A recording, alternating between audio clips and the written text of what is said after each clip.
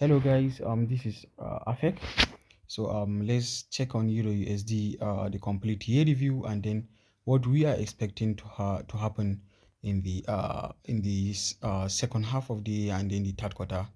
This is the third quarter of the year. So let's check on Euro USD. Euro USD have already taken this major range low, which in our expectation we should be moving up. So currently the target will be, this is the range low and then this is the range high. So we are having our range and expecting Euro USD to trade inside this range. Yeah. So as we can see, this we have taken the range low and price been respecting the range low. It has gotten a support at the range low, and then now we are moving towards the range high, which is quite obviously it's our target, this range high. Okay? So what has happened in the first half of the year, which is this giant bullish candle. So if price is bearish, it should respect this order block, right? But then it's move above the order block, so it should respect this fair value gap if it's bearish, but then it closes above the fair value gap. So the price has been proving a bullish condition. So currently we are bullish to the range high, right? So let's check on the quarters. This is our target for the second half of the year, which is first this high and then second this high. Okay, which so for now we are expecting the market to move to this high, but then don't forget that we have two quarters at the half of the year, right? So it might be a so let's check what we are expecting at the first quarter of the second half of the year, that is the third quarter of the year, and then the first quarter of the second half. Okay, so while checking here, we can see we have the first quarter of the year is a bearish, second quarter of the year bullish movement, third quarter first quarter of the year bullish movement, right? Second quarter bullish movement. We are having the third quarter here. So let's check on what has happened. If you can see here, we have another low taken, which is the range low, right?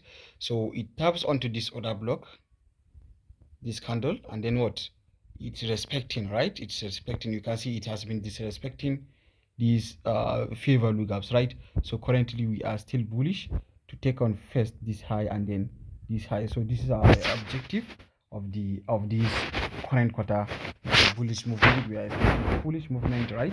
So but then don't forget, let's see, every candle, you can see almost all candles here, 90% of the candles have wicks, right?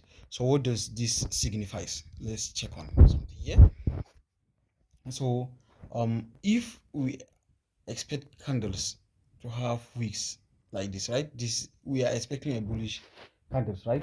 So what we are expecting is this to be the open, this is the low, this is the close, and then this is the high, right? So we are expecting something like this to open here, make a low, right?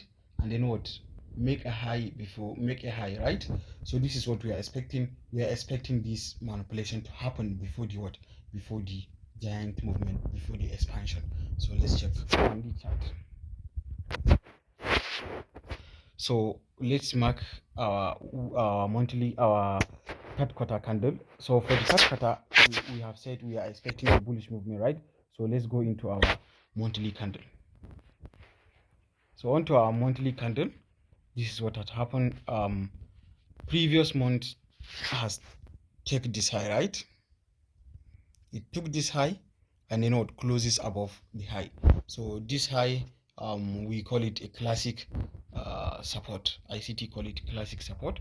We call it all high. Price respect all highs when it's going to go up, right? So this is what had happened, right? Price took out this range low and then what, move to take out this range high, right? We have this breaker, price respect this breaker, and then keeps moving up, you can see it has been disrespecting these fair value gaps. So this is what we are expecting, and then it's keep happening, right?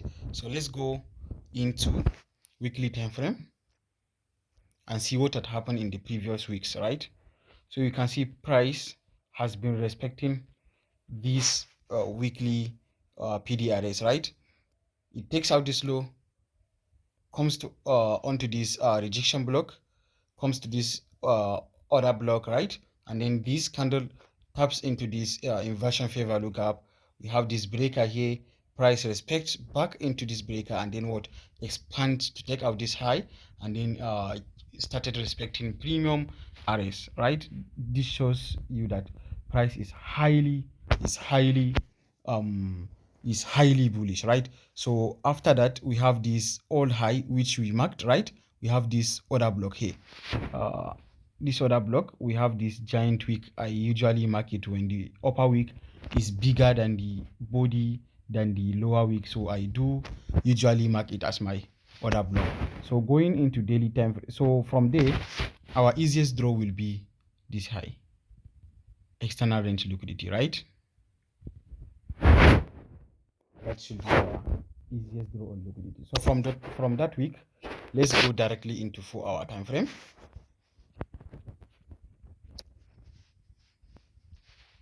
So from the 4-hour time frame, you can see what had happened. Price tap into this 4-hour weekly fair value gap, right? A weekly order block, and then into this 4-hour fair value gap, right? So let's read the price action from here. So we have this new candle, which is obviously it's create liquidity. Price runs back and paired orders here, takes out this as range, right? And then what happens from there, we are expecting price to reach out this high, right? When orders appeared, the smart money orders appeared, so we expect the movement, right, to start. So what happened here, a confirmation of range. For a range to confirm that, yeah, it's moving, we have to see price disrespecting the order flow PDRs, right? So the order flow from here is bearish, right? But then price take out this range low, so we want to see it disrespecting bearish PDRs. So we have this as first as our fair value gap, right? So we have this as fair value gap. Now it got disrespected, right? And then what, inversion. So that's our first PDRA, that our first confirmation that we can take entity, right? And then price confirms that, yeah, it's bullish, but by what?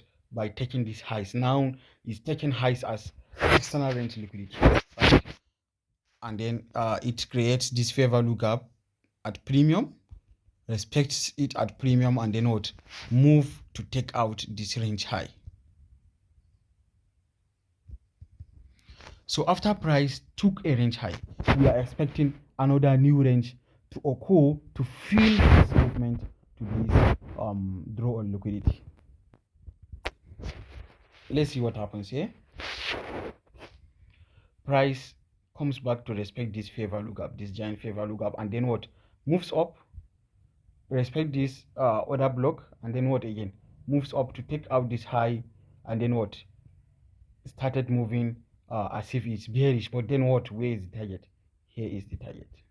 It wants to take out this low as a range low to manipulate traders, assuming that price is now bearish, but then price is now, this confirms that price is bullish, right? So what we are expecting currently is we to have a close above this bearish candle, and then what, it turns out to be an order block, then price to keep moving higher to this range high, and then move higher. Okay, this is what I am anticipating. The easiest target of the next week is price to close above this candle, and then what, move higher. So this is my anticipation for the coming week as we take this range low but then our easiest draw will be this range high. So I will expect price to do something like this, take out the high, retrace back into the range, and then what, find a support inside the range and then move higher. So this is my expectation for the coming week. Okay, so yeah, but then we have our target today, but then this should play a test to confirm that price here it's moving higher, right? So have a